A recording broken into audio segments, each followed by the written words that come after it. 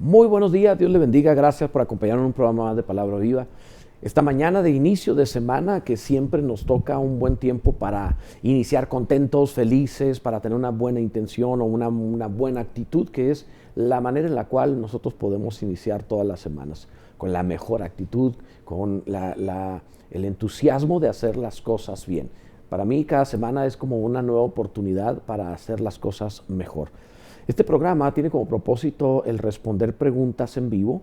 Si envías tu cuestionamiento a partir del WhatsApp 614-541-5252, enfocado en Biblia, teología, doctrina cristiana, hablar al respecto de las cosas de Dios. Todo lo que es familia, lo que son otros temas, el tema laboral, finanzas, eso se ve en otros programas, pero en este está dedicado especialmente para tratar lo relativo a la teología y la palabra del Señor, la Biblia. Por supuesto estamos hablando de la teología bíblica, teología cristiana.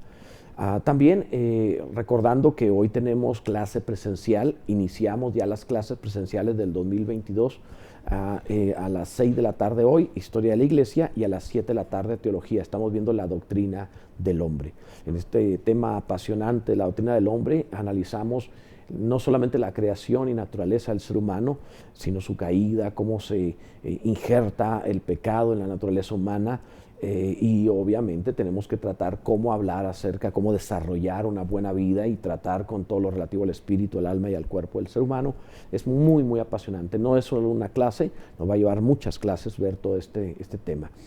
Y también esto es presencial, hoy 6 de la tarde, doctrina, la historia de la Iglesia, y 7, teología bíblica. Y en línea tú puedes entrar al Instituto Bíblico y estudiar todos los temas de teología, de lo relativo a una licenciatura, en la página institutobiblicopv.com. Ahí te puedes meter, institutobiblicopv.com, y rentar las clases por 24 horas para estudiar, y ahí puedes poner pausa e ir poco a poco, ver versículo a versículo. Te será de gran provecho. El libro de texto que utilizamos, que es el que tengo aquí a un lado, casi 1000 páginas de resumen de lo que es las clases del instituto, lo puedes bajar en Amazon si lo quieres tener ahí en línea en tu computadora, lo puedes bajar, o no en línea, sino virtual, o bien lo puedes comprar aquí en la librería de Palabra Viva. Ahora bien, si necesitan más información para el instituto en línea o presencial, tenemos un WhatsApp al cual tú puedes pedir información. Es el 614-196-9077. 614-196-9077. Ahí te van a decir, ahí está en pantalla también, si lo estás viendo por Facebook, para que puedas tener la información respectiva.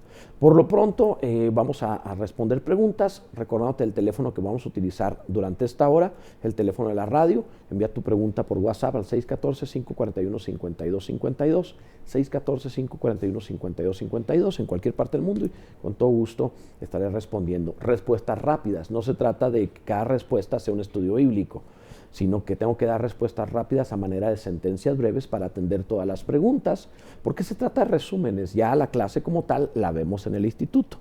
También debo recordarte que hay ocasiones en donde alguno nos escribe días después, como este programa se queda grabado.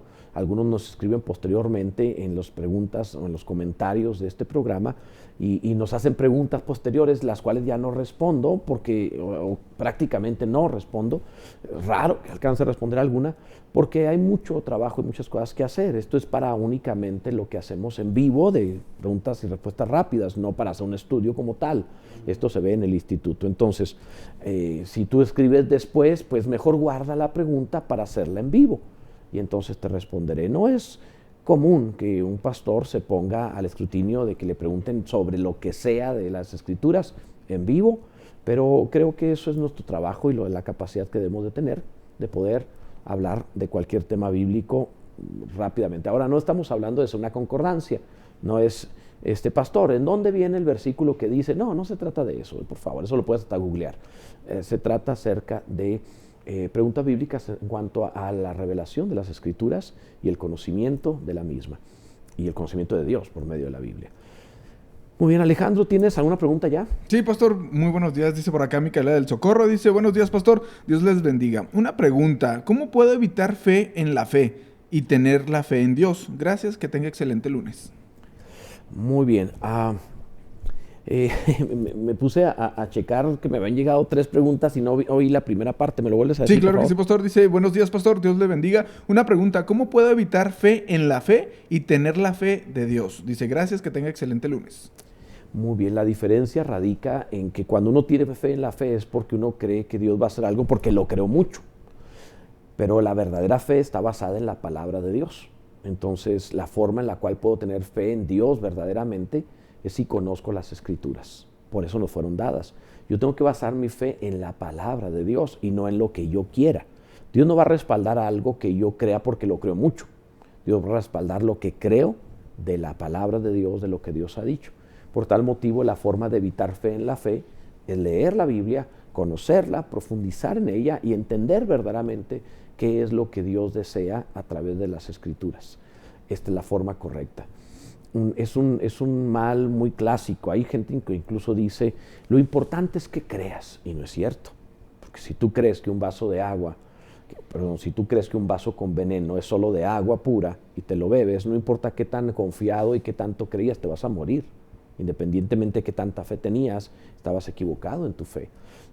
Por tal motivo, llegar a creer algo mucho y que Dios lo vaya a hacer solo porque lo creo mucho, es un error. Debemos creer la palabra de Dios, basarnos en lo que Él escribió. Esto nos va a ayudar a entender los propósitos, las intenciones y los planes de Dios, y de esa manera vamos a poder creer algo con sustento, algo que es acorde a la voluntad divina. Santiago dice que pedís y pedís mal porque pedís para gastar en vuestros deleites. Es cuando alguien pide y no sucede nada. ¿Por qué? Porque simplemente su fe está basada en su anhelo, su deseo, y no en la palabra de Dios. ¿Qué más, Alejandro? También dice por acá por medio de nuestro WhatsApp, que es el 614-541-5252. Dice, pastor, Dios le bendiga. Tengo una pregunta. ¿A qué se refiere la palabra sobre la Reina del Sur? Gracias, Dios le guarde. Bueno, La Reina del Cielo. La Reina del Sur es una novela, un programa de televisión o algo por el estilo que tiene que ver con narcotráfico. La Reina del Cielo en la Biblia se trata a un ídolo que tenían en Canaán, el cual era literalmente una abominación que venía desde Babel. En Babel había la doctrina de una diosa madre, y cuando se multiplicaron o se repartieron las lenguas y se fue distribuida la humanidad por toda la tierra, se llevaron la misma doctrina a todas las naciones, de tal manera que todas las naciones, Egipto, Babilonia, aquí los mayas, los aztecas, los toltecas, todos tienen una diosa madre, que más tarde habría de ser Diana de los Efesios entre los griegos, que habría de ser Artemisa en otro lado, Afrodita en otro, etcétera. Y habría de ser Guadalupe también, o sea que en todos lados habrían de tener una diosa madre, que fue nada más la dispersión de lenguas, se llevó la misma idea. Esa era Semiramis, o la Reina del Cielo, a la cual le ofrecían tortas, dice la Escritura, y que era un ídolo terrible, una doctrina que se repartió por todo el mundo, pero que es contrario a Dios. Dios estaba muy molesto por la adoración y las ofrendas que le daban a la Reina del Cielo. Se molestó profundamente el Señor por hacer eso, porque el pueblo de Israel hacía eso. ¿Qué más, Alejandro? También dice una pregunta más por medio de nuestras redes sociales. Dice Rosalinda Zaragoza, dice en Mateo 6:22, Jesús habla de tu ojo. ¿A cuál ojo se refiere? Muchos dicen que se refiere a la parte del cerebro que se llama hipófisis. Gracias y saludos desde Atlanta. Un saludo, hermana Rosalinda.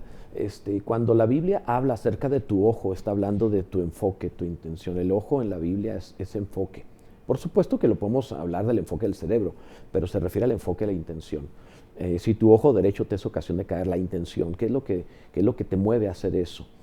Hay cosas que nos pueden mover de forma muy distinta. Por ejemplo, el ojo en ocasiones ni siquiera se trata del enfoque personal como algo que surgió de mí. Okay, voy a explicarlo de otra manera. Por ejemplo, alguien puede tener una amistad que esté haciendo daño a la relación o al matrimonio o a los hijos, y se tiene que dejar esa amistad. Tienes que cambiar tu enfoque, arrancar tu ojo.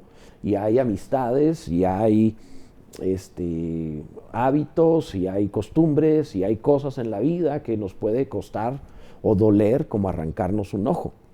Nadie se arrancaría un ojo, pero el Señor está diciendo que hay decisiones que tenemos que tomar que nos van a doler. Pero si realmente queremos salvarnos, debemos tomar esas decisiones por dolorosas que sean. Hay quienes tuvieron que divorciarse, por ejemplo, por tomar una ilustración, Porque, por ejemplo, una mujer casada con un hombre violento, agresivo, por mucho que lo quiera, lo tiene que dejar. Y eso para ella fue como arrancarse un ojo, entre comillas. Entonces, eso fue un enfoque. Si tu ojo derecho te es ocasión de caer, o sea, tu enfoque estaba mal. Si es ese el versículo al que te refieres, lo estoy diciendo de memoria, es precisamente eso a lo que la palabra está hablando. Decisiones dolorosas para cambiar nuestro enfoque de vida. ¿Qué más, Alejandro? Una pregunta más por medio de nuestro WhatsApp. Dice, buenos días, Dios les bendiga. Me he fijado que entre cristianos se pelean sobre una doctrina hablando de una palabra que no existe en la Biblia, como es la palabra Trinidad. Unos afirmando que Dios uno es, como lo dice la Escritura. Pero ¿a qué se refieren los que aseguran que Jesús está sentado a la diestra de Dios, es Dios Yahvé y Jesucristo? Uno de los versículos es cunado, dice, asesinan a Esteban, que vio a la diestra de Dios a Jesús. Gracias y bendiciones. Bueno, primero hay muchas cosas que la Biblia, palabras que la Biblia no tiene y sin embargo creemos en ellas. Por ejemplo, la palabra Biblia no viene en la Biblia. ¿Eso nos hará que no creamos en la Biblia? Por supuesto que no. El que una palabra sea acuñada después no significa que no pueda encontrarse. Por ejemplo, vamos a tener la gran mayoría de las palabras del siglo XXI que no encontramos en la Biblia. No vas a encontrar celular y utilizas celular, no vas a encontrar un automóvil, utilizas un automóvil. Todos los platillos que comes actualmente no los vas a encontrar en las Escrituras y los comes. El que una palabra no venga en la Escritura, eso no quiere decir que no pueda ser bíblica, debido a que es la forma en la cual un teólogo puede explicar algo y el lenguaje va modificando, se va cambiando. Por esa razón, hay muchas palabras que no encontraremos en las Escrituras, pero que pueden explicar doctrina de las Escrituras. Citaste el Shema de Israel. Oye Israel, Yahvé nuestro Dios, Yahvé uno es. Sin embargo, las palabras que utiliza ahí para Yahvé uno es la palabra Shad, que significa uno compuesto de varios. No se refiere a uno, por ejemplo, cuando se dice, este es un celular. Hay una palabra, hay dos palabras que utilizan Ejad y Shad. Y cuando digo un celular, es una palabra que significa único.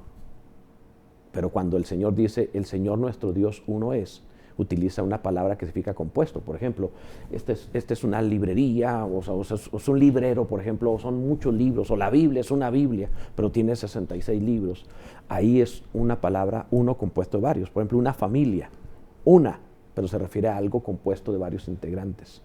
Cuando la Biblia habla del Shema de Israel, oye Israel, Yahvé nuestro Dios, uno, utiliza una palabra que se refiere a compuesto de varios, no es único. Tanto así, el Señor nuestro Dios, y ahí utiliza el término Dios, Elohim, y la palabra Elohim es el plural de Dios, es dioses literalmente, porque Él es Dios. Habrás visto Israel, Samuel, los nombres que tienen Él, porque Él es Dios, pero Elohim es el plural y significa dioses. Oye Israel, Yahvé, nuestros dioses, Yahvé, uno compuesto de varios es. Eso es lo que realmente significa el versículo. Entonces, cuando habla acerca de Dios, Yahvé es uno compuesto de varios. Por eso no está mal llamarle al Padre Yahvé, al Hijo Yahvé y al Espíritu Santo Yahvé. Desde el principio Dios quiso mostrarnos acerca de que eran tres personas. Cuando dijo Dios, hagamos plural, a nuestra imagen plural, nuestra imagen plural. O sea, qué interesante que es, utiliza el plural y el singular constantemente para referirse al hombre. Y luego, evidentemente, está hablando que Dios tiene varios con quien se puso de acuerdo para hacer al hombre. No puede haber hablado con ángeles, porque los ángeles no son creadores del hombre. Hagamos al hombre, solo Dios lo hizo. De la misma forma te vas a encontrar que Jesús habla acerca del Padre como el Padre y yo una cosa somos.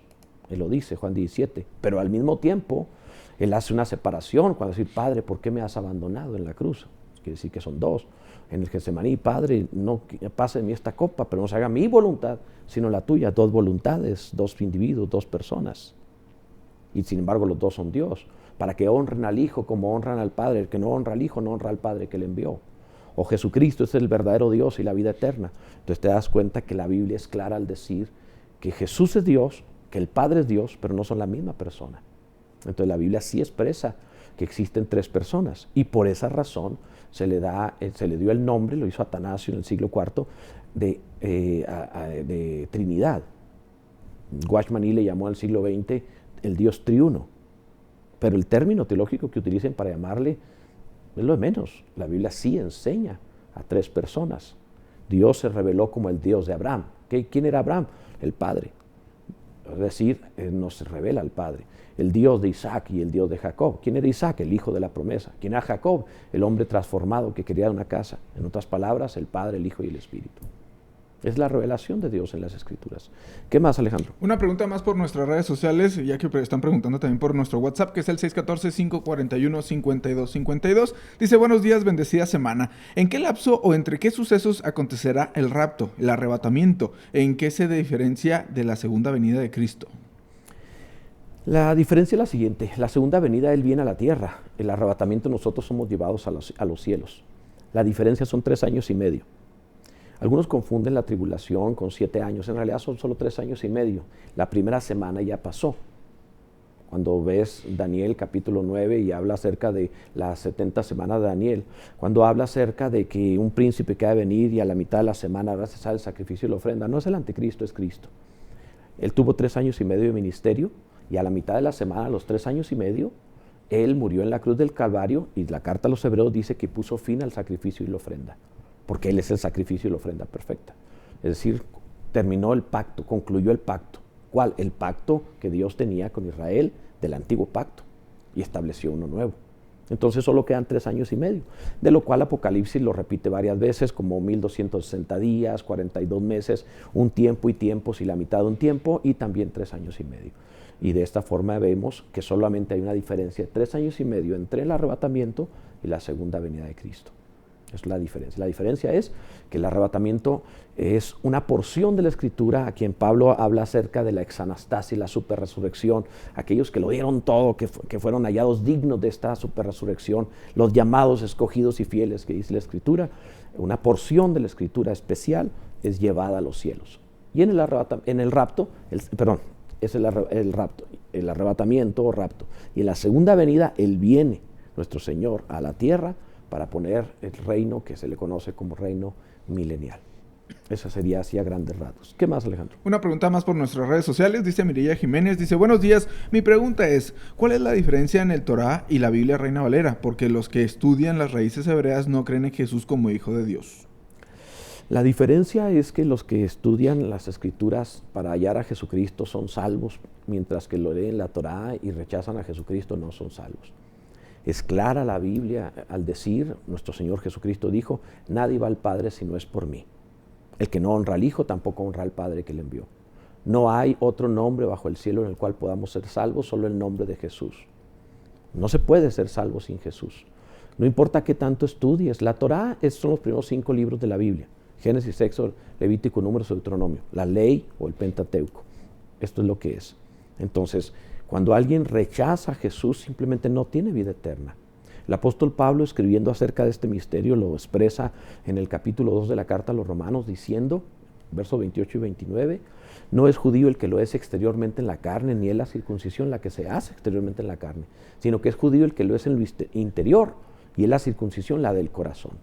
Entonces, en este momento, el judío que no tiene a Jesucristo como Señor y Salvador de su vida, no es considerado en cuanto a los cielos como judío ni como hijo de Abraham. El que es cristiano es considerado, como dice Pablo a los Gálatas, el Israel de Dios. Es considerado judío. Jesús mismo le dijo a los fariseos y a los escribas que lo rechazaban, judíos, les dijo, vosotros no sois hijos de Abraham. Eso es muy fuerte, pero es real. Entonces, no importa que estudies raíces hebreas, si dejas a Jesús fuera de la ecuación o de la fe, no tienes vida eterna. Y no importa cuánto sepas de raíces hebreas, necesitas a Jesucristo como Señor y Salvador para tener vida eterna. Y sin Él, no vas al Padre, ni tendrás vida eterna. No existe otro camino, no hay otro medio. Entonces esto es lo fundamental. No son las raíces hebreas las que salvan, es Jesucristo el Salvador. ¿Qué más, Alejandro? Una pregunta más por nuestras redes sociales. Ahorita pasamos a las de WhatsApp. Dice Alma González, dice, bendiciones, pastor. En Génesis 1:3, Dios dijo, sea la luz, y aún no creaba las grandes lumbreras. ¿Cuál era esa luz que fue creada? No lo sabemos. Realmente tendremos que pensar que es la luz de Dios, es decir, que de Él mismo hizo brillar para que el universo empezase en la creación. Pero no lo sabemos. La Biblia no lo dice. Solamente sabemos que en el principio era la luz. Y podemos decir, bueno, Jesús es llamado la luz, o sea, su propia luz era la que estaba hablando, a la que se estaba refiriendo. Fuera de ahí, No lo sabemos. Ahora, existe otra teoría, nada más teoría, no la creo, te la tengo que decir porque en teología se enseña, que es la creación del universo ya estaba y el hombre desde la tierra tenía todo tapado, no estaba el hombre, pero me refiero a la forma de describir la creación, era como se vería si estuviera desde la tierra destapando el cielo, por así decirlo. Pero esa teoría no es algo que yo piense, simplemente se enseña también. Yo pienso que es la luz de Dios. La Biblia habla de que Jesús es la luz y esta luz era desde el principio, antes de los hombres. ¿Qué más? Una pregunta más ahora de Homero Hernández. Dice, Pastor, buenos días. 1 Corintios 15:46. Mas lo espiritual no es primero, sino lo animal. Luego lo espiritual. ¿Podría explicármelo? Sí, como no, se refiere al cuerpo de gloria, es decir, el cuerpo de carne y el cuerpo de gloria. El cuerpo de carne es lo animal. Actualmente el cuerpo que tenemos no se diferencia mucho de los animales orgánicamente hablando. Tiene las mismas características, tiene las mismas funciones, en ese sentido somos parecidos a los animales. De hecho, cuando Adán y Eva perdieron la gloria de Dios por el pecado, fueron vestidos de pieles de animales. Es como, se les quita la gloria y son animales, parecen animales. Y así somos los seres humanos actualmente. El cuerpo que tenemos, que Pablo le llama cuerpo de humillación, es también, Pablo también le dice cuerpo animal. Y recibiremos un cuerpo de gloria. Pero lo animal es primero, es decir, primeramente tenemos este cuerpo y después nos será dado el cuerpo de gloria.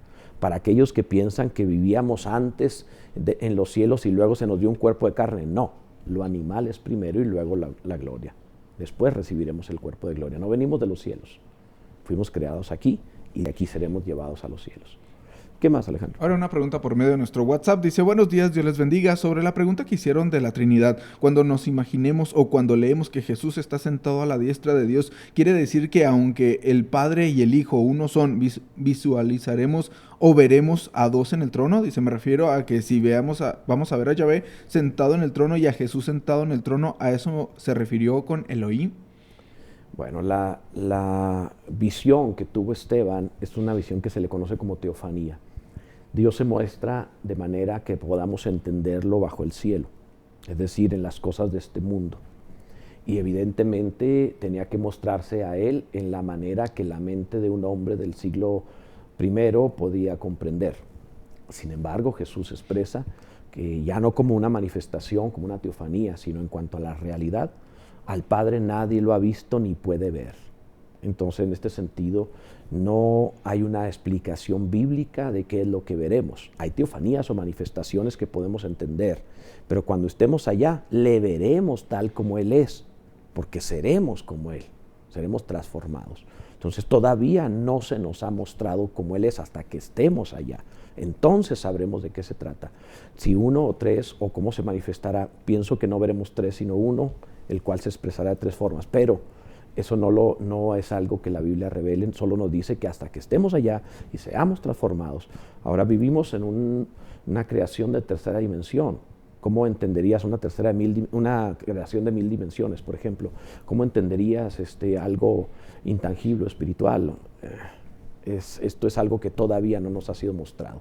Gente como el apóstol Pablo dice que vio cosas que le fue prohibido decir. A Juan algunas cosas le fueron prohibidas decir. Entonces eso está reservado para la eternidad. ¿Qué más, Alejandro? También dice por acá, dice, ¿pasaremos los justos, la iglesia fiel, por la gran tribulación? Bueno, es que tenemos que ver lo que son los justos y la iglesia fiel, porque en cuanto a justos delante de Dios, toda la iglesia es tomada por justos, justificados por medio de la fe, tenemos paz para con Dios por medio de nuestro Señor Jesucristo.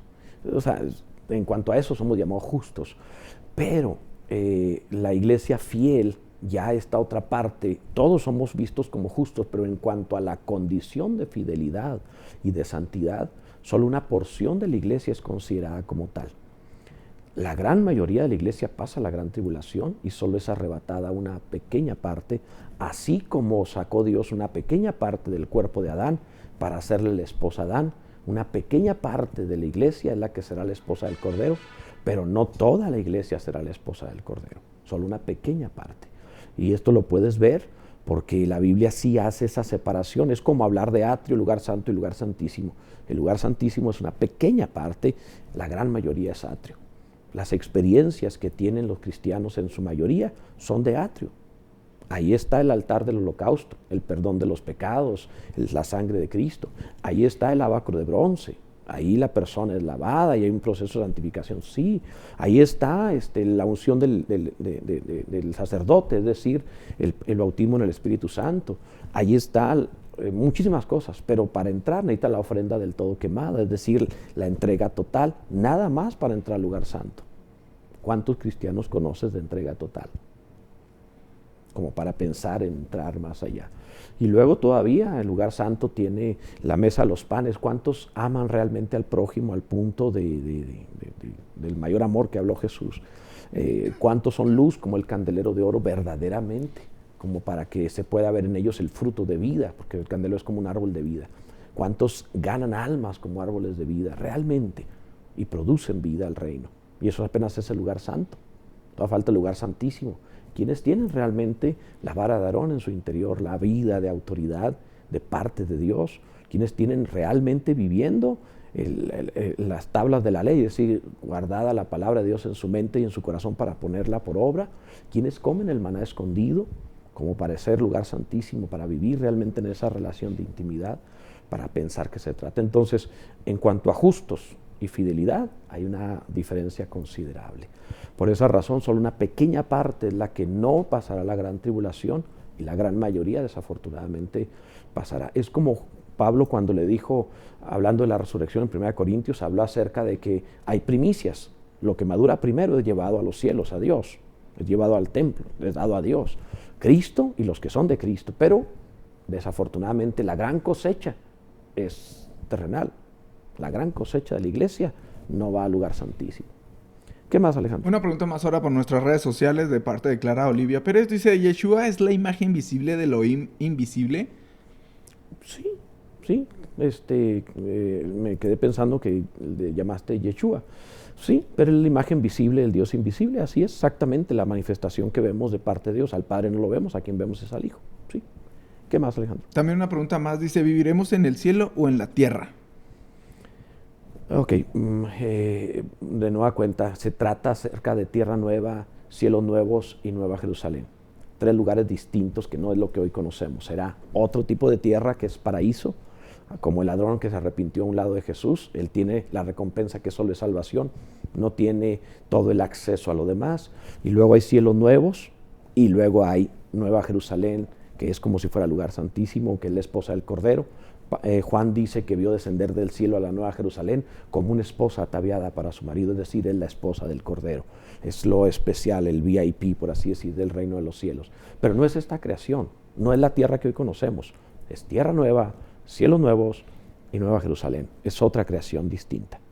¿Qué más, Alejandro? Una pregunta más ahora por medio de nuestro WhatsApp. Dice, saludos, pastor, un abrazo a todos en cabina. Una duda, ¿por qué Adán fue sacado del huerto si fue consecuencia de Eva? ¿Es realmente que él se sacrificó por ella? Wow, evidentemente suena muy machista que lo digamos así, ¿verdad? Que él se sacrificó por ella. Y yo mismo he hecho la broma jugando un poquito de que quien pecó fue ella. Y Adán dijo, pues ¿cómo te van a correr a ti sola? Yo me voy contigo, yo también como de eso. Es una broma, por supuesto, machista.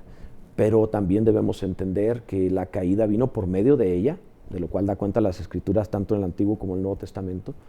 Y Adán comió sin ser engañado, a sabiendas, en completa rebeldía, o sea, a sabiendas. ¿Por qué? Porque prefiguran a la humanidad caída, Eva, y a Cristo que habría de caer, es decir, llevar nuestros pecados en la cruz del Calvario para darnos vida eterna. Por esa razón se encuentra que los dos, no podía ser solo uno de los dos. Además, no habría humanidad sin los dos.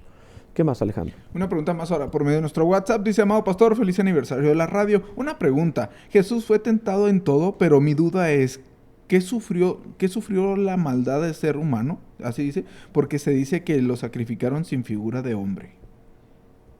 Ah, caray. No, vamos a entender. Su apariencia fue desfigurada de manera que no parecía un ser humano por la cantidad de golpes y laceraciones que recibió. En ese sentido no había figura humana, o sea, en el sentido, no es como las películas, no, era una masa sangrante deformada por inflamación, por sangre, por heridas, que no tenía esa figura humana que uno esperaría. Uno ha visto cómo puede caer un boxeador, que no es tan lastimado como sería nuestro Señor Jesús. pues imagínate, o sea, se trata de algo horripilante, algo espantoso, o sea, es hasta difícil decirlo. Yo no sé cómo hay gente que puede comer palomitas viendo la Pasión de Cristo. O sea, para mí me duele mucho eso, no es algo grato para mí, me turba y me es difícil de hablarlo. En ese sentido se refiere, pero Jesús era hombre en toda la extensión de la palabra, fue desfigurado en la cruz del Calvario. Vuelve a hacer la pregunta porque me turbó un poquito considerar a Jesús en la cruz. Un segundo. Dice, amado pastor, feliz aniversario de la radio. Dice una pregunta, Jesús fue tentado en todo, pero mi duda es que sufrió toda la maldad del ser humano porque se dice que lo sacrificaron sin figura de hombre. Ok, bueno, efectivamente sufrió muchísimo, pero no que sufrió toda la maldad, sino que llevó todas nuestras maldades, todos nuestros dolores. O sea, no por el hecho de sufrir todos los dolores, aunque evidentemente llevar todos los pecados era algo insoportable. Judas se mató por un solo pecado. Imagínate lo que significaría llevar la carga de todos los pecados. Algo que es insoportable. Tú y yo moriríamos de inmediato, no soportaríamos. Caeríamos muertos en un segundo, instantáneamente. ¿Por qué Jesús pudo soportar tanto? Bueno, porque si Jesús no entregaba el Espíritu, no moriría. Hasta que Él entregó el Espíritu, murió. Él es la vida. Él tiene el poder de poner su vida y de volverla a tomar, como lo dijo. O sea, no iba a morir hasta que lo entregara, por cuanto no había pecado. Entregó su Espíritu para morir. Esto es algo terrible. Quiere decir que llevó sobre Él el dolor, la maldición, la enfermedad, todo. O sea, espantoso. Y sí, efectivamente, su apariencia humana fue desfigurada al punto de no verse en él un ser humano. Fue espantoso. Paso a otra pregunta. Una pregunta más por medio de nuestro WhatsApp. Dice, buenos días, hermanos y pastor. ¿Me pueden explicar, por favor, Gálatas 2:19 y 2:21? Porque yo por la ley soy muerto para la ley a fin de vivir para Dios. Y 2:21 dice, no desecho la gracia de Dios, pues si por la ley fuese la justicia, entonces por demás murió Cristo Jesús. Gracias. ¿Pero cuál es la pregunta de eso? ¿Me pueden explicar, por favor, Gálatas, los dos versículos? Ok, bueno. Los Gálatas tenían el problema de que les habían visitado, los Gálatas eran iglesias de la región de Galacia, Asia Menor, fundadas por Pablo, pero les habían visitado enviados de parte de Santiago, el hermano del Señor, Jacobo, quien se le conoce como Santiago por una mala traducción de San Iago, San Jacobo. Y habían visitado a estas iglesias para enseñarles que si ellos no practicaban el judaísmo, las raíces hebreas, la circuncisión, las prácticas del judaísmo básicas como tales, no podían tener vida eterna. Entonces Pablo les está escribiendo, si ustedes se quieren justificar, es decir, si ustedes quieren encontrar de parte de Dios salvación a partir de guardar la ley de Moisés, entonces están perdiendo la gracia de Dios. Lejos de salvarse, se condenan. Ustedes son salvos mediante la gracia de Jesucristo. La gracia de Dios que nos dio a su Hijo Jesucristo para morir por nosotros, llevando nuestros pecados a fin de darnos vida eterna y perdón para con Dios. Entonces, si ustedes están regresando a prácticas judías, dejando la gracia, o sea, o añadiéndole a la gracia, que es lo mismo que dejarla, añadiéndole a la gracia las prácticas hebreas, ustedes están cayendo de la gracia y están dejando la justificación, es decir, están perdiendo su salvación, perdiendo su vida eterna, porque están dejando la gracia al añadirles las prácticas hebreas. Hay una carta completa, que es la carta a los Hebreos, 13 capítulos dedicados específicamente a advertirle a la iglesia que no puede regresar al judaísmo añadiéndole a la fe de Cristo, porque eso es apostasía. ¿Qué más, Alejandro? Una pregunta más por medio de nuestro WhatsApp. Dice, buenos días, bendecida semana para todos. Una pregunta, bíblicamente, ¿qué es la muerte o cómo será ese proceso? Dios les bendiga. La muerte significa separación, eso es la muerte, separación. Cuando se separa el alma del cuerpo es la muerte del cuerpo. Cuando se separa el alma de Dios, entonces el alma muere. O sea, nosotros tenemos vida a partir del ánima que Dios nos puso. Es decir, el contacto de su espíritu, su soplo con la tierra produjo un alma viviente. Cuando ese aliento es quitado, literalmente la persona pierde la capacidad de vivir, se muere. Entonces, la muerte es eso, separación, le quitan la vida que Dios le había dado, el ánima, lo que lo vivificó de parte de Dios. Eso es la muerte, ya sea del cuerpo o del alma. ¿Qué más, Alejandro? Una pregunta más por medio de nuestro WhatsApp. Dice, Dios les bendiga. Dice, está interesante el tema sobre la Trinidad, que aunque no existe la palabra en la Biblia, se puede referir por las manifestaciones de Dios. Dice, ¿podría explicarnos usted cuándo realiza su oración, a quién se dirige su oración? ¿A Dios en el nombre de Jesucristo? ¿O puede dirigirse solo a Dios o da igual porque al final de cuentas es Elohim? Bueno, evidentemente no da igual. Sin embargo, por la pregunta voy a responder. Es decir, no quisiera confundir a nadie. Tu oración debiera ser orar al Padre en el nombre de Jesús. Así nos enseñó Jesús a orar. Es lo más normal, lo más común, lo más sencillo y lo mejor que puedes hacer. Pero te voy a responder porque me preguntaste sobre mi experiencia personal, que no necesariamente tiene que ser tu experiencia ni la experiencia de los demás. Esto lo digo solo como una respuesta a la pregunta, pero tú tienes que tener tu propia relación con Dios, orando al Padre por medio de Jesús y en el nombre de Jesús. En mi caso, pues yo encuentro por la palabra y en mi propia experiencia que hablar con Jesús no tiene ningún problema. Pablo hablaba con Jesús. Hablar con el Espíritu no tiene ningún problema. Encuentras en la Biblia también hablar con el Espíritu. Y hablarle al Padre tampoco tiene ningún problema, porque te encuentras en la Biblia hablarle al Padre. Y en mi propia experiencia, pues cuando se trata de asuntos ministeriales, hablo con Jesús. O se trata de asuntos que tienen que ver con la iglesia del Señor, la gracia de Dios, los dones, talentos, poder, hablo con el Espíritu, es evidente. Pero cuando se trata de cosas personales, mi vida, mis sentimientos, mi manera de vivir, de sentir, de ser, de lo que anhelo, cuando quiero ser consentido, por así decirlo, oro al Padre. Pero eso es mi experiencia, no tiene que ser ejemplo a nadie más. Lo que es bíblico y lo que debes hacer es orar al Padre en el nombre de Jesús. Eso es lo que debes hacer como una doctrina como tal. ¿Qué más, Alejandro? Una pregunta más por medio de nuestro WhatsApp. Dice, ¿Pablo es divorciado? No lo sabemos.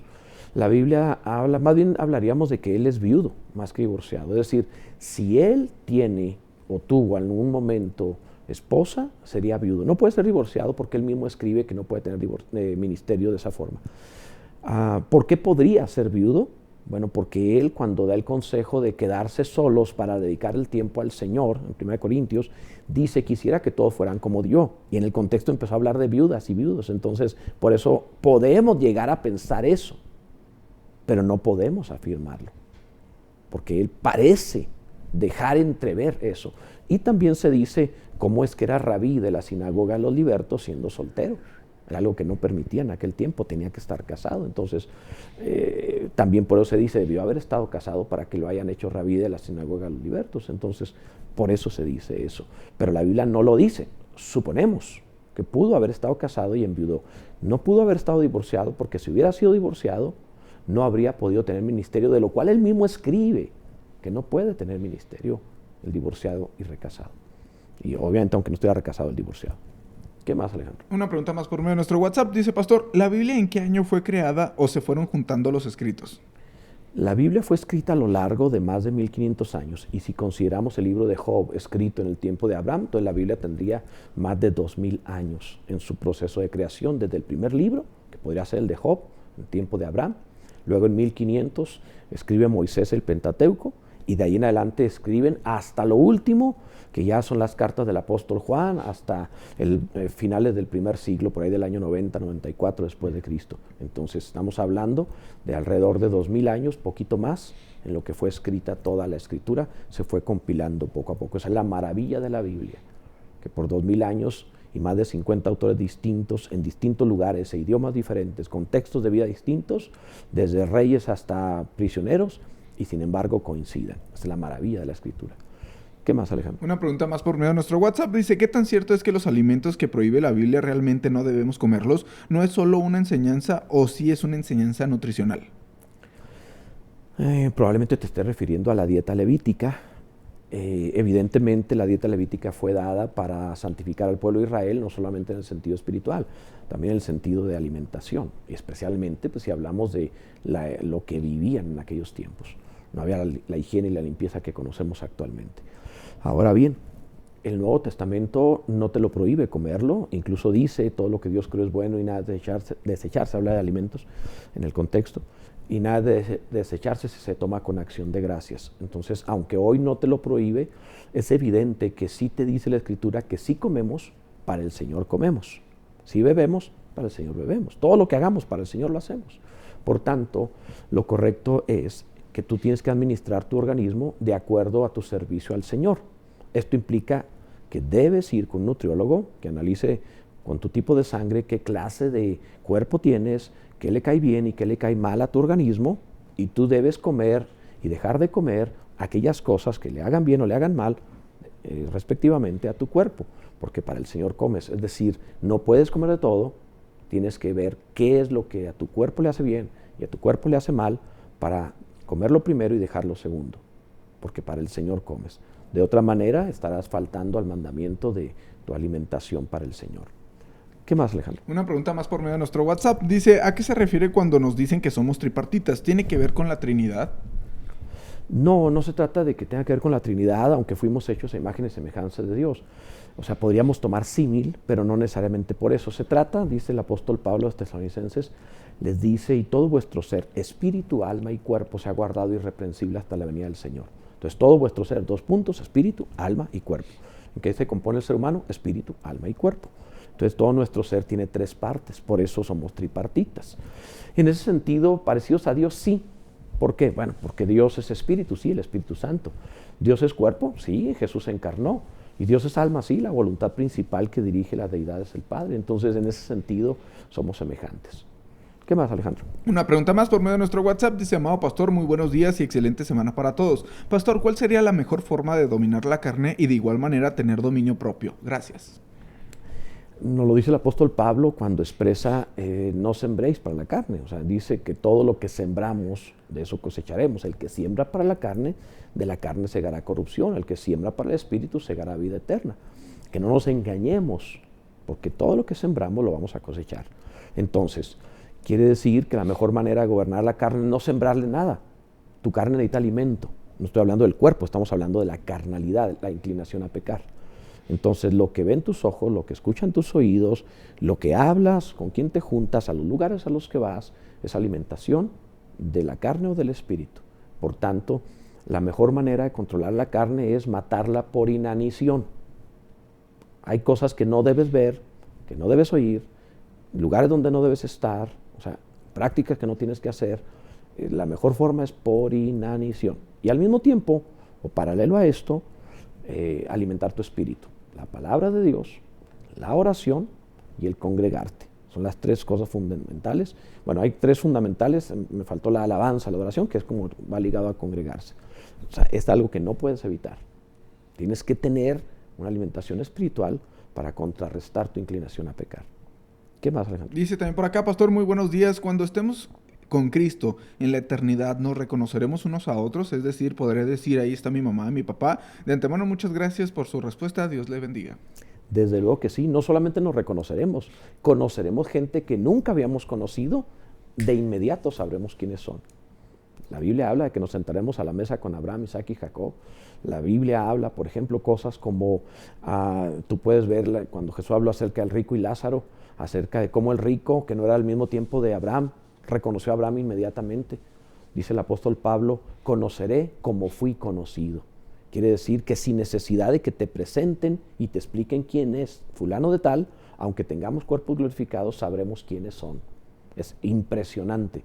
Tenemos la capacidad de distinguir quiénes son millones de personas que jamás habíamos visto. Ahí es cuando sabremos. ¿Qué más, Alejandro? Una pregunta más por medio de nuestro WhatsApp. Dice, buenos días, pastor, me quedé poco confundida. Si no se va toda la iglesia a las bodas del Cordero, entonces ¿no es válido aceptar a Jesús y creer en Él? Pero ¿qué tiene que ver una cosa con la otra? O sea, aceptar a Jesús y creer en Él es lo inicial para ser salvo, para dar vida eterna. Eso te da vida eterna. Pero ahora no solamente se trata de aceptarlo, ahora se trata de que tú tienes que vivir como una novia preparada para tu marido, para que Él te acepte a ti en las bodas del Cordero. Esa es la otra parte. No confundamos la justificación con la santificación, porque te puedes encontrar muchos cristianos justificados, pero ¿han sido realmente santificados? ¿Verdaderamente están viviendo para Cristo? Entonces Jesús hablaba acerca de la parábola de bodas para referirse a cómo hay novias que no tienen aceite en sus lámparas, ni estuvieron listas ni preparadas, y otras que sí, todas eran novias, pero no tenían la disposición a santificarse, a esperar, a vivir para el Señor. ¿Salvos? Sí, siguen siendo novias, sí, son salvos, pero no pueden participar de las bodas por cuanto no se prepararon para su marido. Entonces son 2 cosas muy distintas. La salvación es algo gratuito. Ser esposa del Cordero es una recompensa por consagración. Son dos cosas diferentes. ¿Qué más, Alejandro? Dice por acá, buenos días, pastor. ¿Nos podría explicar la parábola del reino? Dice que se asemeja a la levadura en la harina. Dice, ¿acaso la iglesia está leudada o contamina? Gracias, bendiciones. Efectivamente, de eso trata. Si tú ves el contexto de las parábolas, Mateo 13, cuando habla acerca de 7 parábolas diferentes, todas ponen un elemento negativo dentro de lo positivo que es el reino de los cielos. El reino de los cielos es como un hombre que echó su red y sacó peces buenos y peces malos. El reino de los cielos es como una mujer que escondió levadura en 3 medidas de harina. Si tú ves las 3 medidas de harina, era parte de las ofrendas de la ley. Abraham, antes de la ley, 500 años, dio una ofrenda de harina que no tenía levadura. Entonces, cuando la Biblia habla de meterle levadura, dice que esta mujer escondió levadura en la harina, arruinó la ofrenda. En 3 medidas de harina arruinó la ofrenda, porque le metió levadura. Sí, la iglesia está leudada, toda la iglesia. ¿Tiene cizaña en el trigo? Sí. El reino de los cielos es que la cizaña crecería junto con el trigo y hasta el final el Señor mandaría a sus ángeles a hacer la separación. ¿Qué es levadura? ¿Qué es harina? ¿Qué es cizaña? ¿Qué es trigo? ¿Qué son peces buenos y peces malos? Está mezclado y no lo sabremos hasta el final. Y todo se leudó, sí. Precisamente por eso no es nada difícil señalar los errores que puede existir en la iglesia, porque tiene levadura. ¿Esto qué implica? El reto de vivir para el Señor en medio de lo que fue leudado, no retirándose. Jesús dijo, no quiten la cizaña, no sea que arranquen con ella, junto con ella el trigo. Déjenla hasta el final. ¿Qué más, Alejandro? Dice también por acá por medio de nuestro WhatsApp. Dice, buenos días, amado pastor. Mi pregunta es, cuando Rubén perdió la promesa de ser parte de la línea del Mesías, porque Judá tomó su lugar, ¿por qué no fue José o Benjamín? ¿Qué vio Dios en él para que fuera parte del Mesías? Gracias. En esto no creo que haya sido necesariamente porque vio algo en él. Se había profetizado con anterioridad. Judá realmente, si lo vemos en su vida, era medio especial. Él buscaba prostitutas, él hacía cosas que no debía, había matado gente, o sea, no necesariamente vio en algo en él como tal, pero había una línea de profecía desde el principio de lo que habría de hacerse. Entonces, en ese sentido, lo que sí Judá estuvo mejor que Rubén es que no atentó contra la honra de su padre, conviviendo con una concubina de él. Entonces, en ese sentido es lo que podríamos encontrar, que no rompió la línea de autoridad. Sería lo único que podríamos ver como tal, digno de consideración para mantenerlo en la línea. ¿Por qué no Efraín? ¿Por qué no, en este caso, Manasés y Efraín, hijos de José? Bueno, las razones, si vemos más adelante cómo fueron estas tribus, fueron las primeras en ser eliminadas a causa de su idolatría. Posiblemente la profecía se adelantó a lo que habría de venir. ¿Qué más, Alejandro? Una pregunta más por medio de nuestro WhatsApp. Dice, ¿Dios es trinitario o uno? Dice, si es la Trinidad, entonces Jesús es hijo del Espíritu Santo o del Padre. No se pongan a filosofarlo. La Biblia es clara.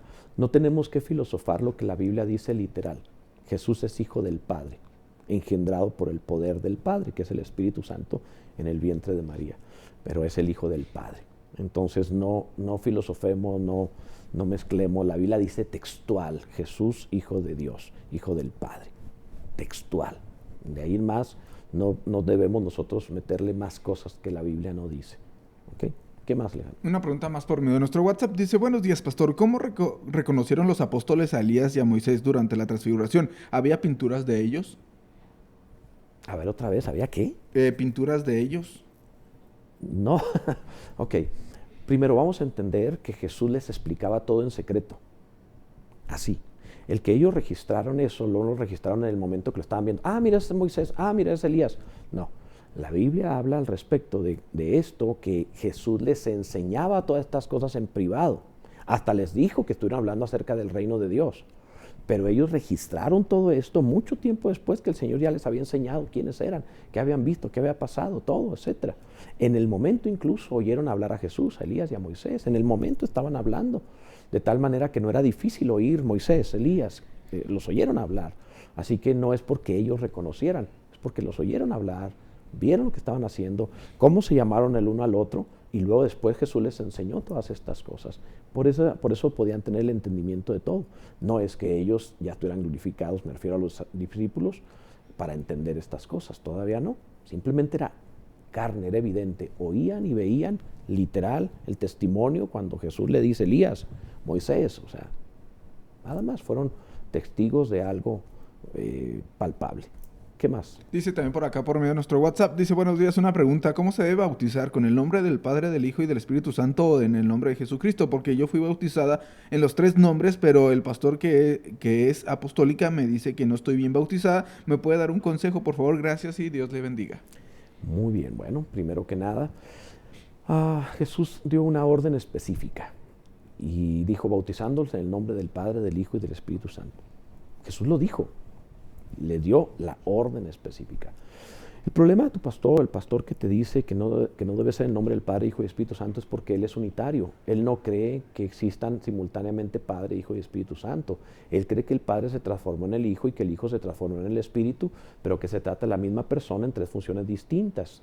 Por esa razón te dice que no estás bien bautizada, porque está tratando de negar la Trinidad o la existencia simultánea del Padre, del Hijo y del Espíritu Santo, aunque la Biblia da testimonio de la voluntad y la persona simultánea de los 3. Notemos, por ejemplo, que el Hijo hablaba con el Padre y el Padre le respondía.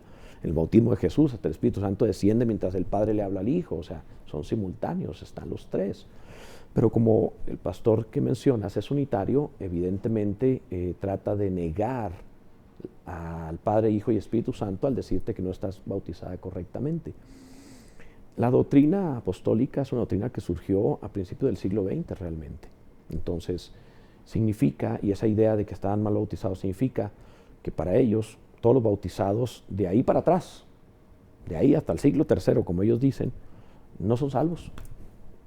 Imagínate nada más pensar que hasta que dijeron eso son salvos, pues por favor, sí, es muy cruel llegar a decir semejante cosa. No, fuiste bautizada en el nombre del Padre, el Hijo y el Espíritu Santo, crees que Jesucristo es el Hijo de Dios, creíste de todo tu corazón cuando fuiste bautizada, entonces eres salva. Si no creíste de todo corazón, el bautismo fue un remojo, pero si creíste, eres salva, no necesitas volverte a bautizar. Y por otro lado, si alguno es bautizado en el nombre de Jesús, es válido también, por cuanto Jesús es Dios. No tiene ningún problema. ¿Qué más, Alejandro? Una pregunta más por medio de nuestro WhatsApp. Dice, hola, muy buenos días. Una pregunta para el pastor Roberto Tinoco. ¿Qué dice la Biblia de la masturbación, especialmente en las personas solteras? Agradezco de antemano. Bueno, primero no es una pregunta de teología bíblica, es una pregunta de ética y de moral. No tiene relación con el programa que estamos tratando, pero te lo voy a explicar como tal. El grave problema ni siquiera está en la práctica como tal, sino en lo que lo provocó. Es decir, la siembra de la carne, como era una pregunta anterior. Cuando una persona va alimentando su carne, termina como una olla de presión en cosas, explotando en cosas como esta, o como cualquier otra cosa, cualquier clase de práctica que sea, pero es resultado de haber sembrado para la carne. El grave problema ni siquiera fue lo que hizo, sino por qué lo hizo. Eso te puede llevar a eso o a otras cosas. ¿Qué te está diciendo tu cuerpo? Que tu carne, tu pecado está muy alimentado y tu vida espiritual no. Ese es el más grave problema. ¿Qué más, Alejandro? Una pregunta más ahora por nuestras redes sociales. Dice Jesús Hernández, dice, ¿las 5 vírgenes que sí tenían aceite se casaron con el novio o fueron invitadas? No, las que tenían aceite son la esposa del novio, evidentemente. Son la representación de la iglesia gloriosa que llega a ser la esposa del Cordero. Ya es tiempo de terminar, nos queda cosa de 2 minutos, yo creo que nos queda prácticamente nada más para concluir. Así que pues vamos a dejar las preguntas hasta ahí. Siguiente lunes, si Dios lo concede, continuamos con las preguntas. Por lo pronto, recuerda, hoy tenemos clase presencial en el Instituto Bíblico a las 6 de la tarde, aquí en Palabra Viva Cosmos, hablando de historia de la iglesia. A las 7 de la tarde, la doctrina del hombre en teología bíblica. ¿Quieres ver más al respecto de esto? Puedes meterte también en línea en institutobiblicopv.com o pedir mayor información en el celular, en el WhatsApp 614-196-9077. Que Dios te bendiga en Cristo Jesús.